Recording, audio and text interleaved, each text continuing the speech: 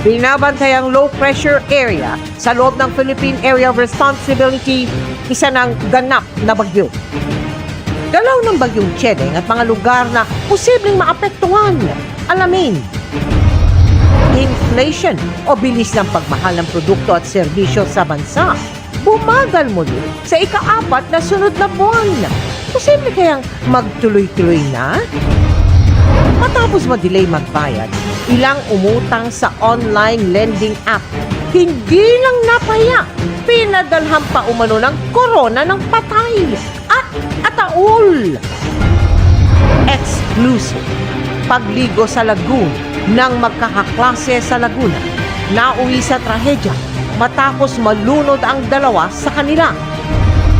Bagong oportunidad para sa mga Pinoy skilled worker, alok ng Oman at UAE.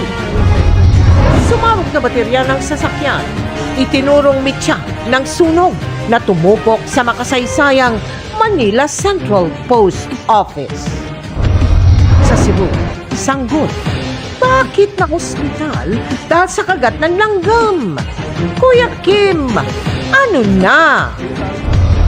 At matapos ang 4 na taon na primetime Queen Marian Rivera, may comeback project kasama si Gabby Concepcion. Live mula sa GMA Network Center, ito ang 24 Oras. Ganap ng bagyo ang binabantayang sama ng panahon sa loob ng Philippine Area of Responsibility.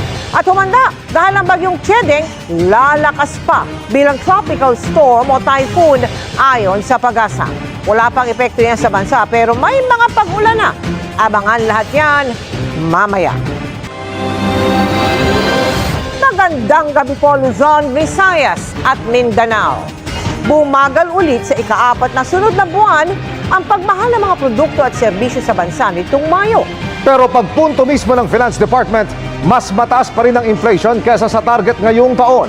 Binabantayan din ang nagsimula na namang pagmahal ng sibuyas at ang magiging epekto ng El Nino sa bilihin. At yan po ang sanib puwersang tinutukan ni na Ivan Mayrina at Tina Pangiliban-Perez. Bumagal ng bahagya ang pagmahal ng bilihin. Mula 6.6% noong Abril, naging 6.1% na lang ang